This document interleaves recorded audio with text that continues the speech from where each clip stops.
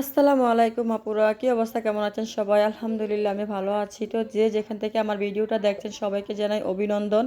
তো আজকে আমি জামের ভর্তা খাবো, মানে এটা ভেবে আমার জিভে পানি এসে গেছে। তো এই তো দেখুন, আমি এখানে অনেকগুলো জাম নিয়ে নিয়েছি, তারপর এখান থেকে কিছুটা ধুয়ে আমি একটা বক্সের মধ্যে নিয়ে নিয়েছি। কারণ ছোটোবেলায় যখন নানুর বাড়িতে বেড়াতে যেতাম, তো নানু তারার বাড়িতে অনেকটা বড় মানে জাম গাছ ছিল।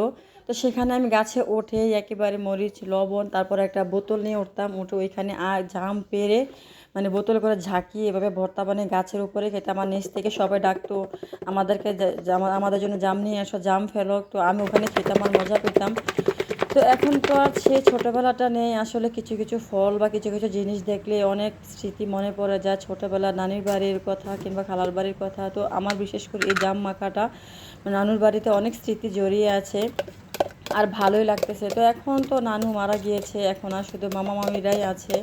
নানা নানু দুজনেই মারা গিয়েছে। তো এখন আর নানুর বাড়িতে সেই আনন্দটা হয় না, মানে গেলেও সে ভালো লাগে না।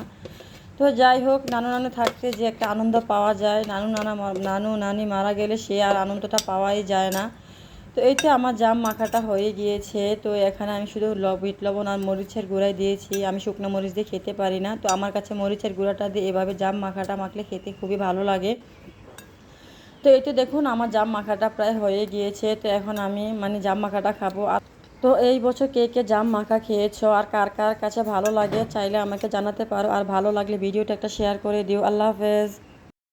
জ্যৈষ্ঠ মাসটাকে এমনি এমনি মধুময় মাস বলা হয় না। তো এই মাসটাই হচ্ছে মানে ফলের মাস। তো এই মাসে এত মজার মজার ফল পাওয়া যায়, আম কাঁঠাল জাম কাউ, তারপর হচ্ছে লটকন ডেউয়া।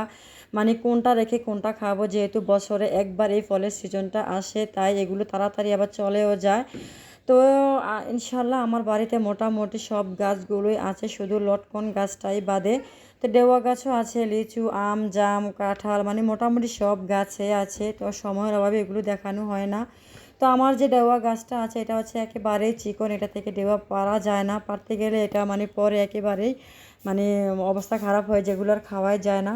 তো যাই হোক, অনেক কষ্টে কয়েকটা ডেওয়া পেরেছিলাম।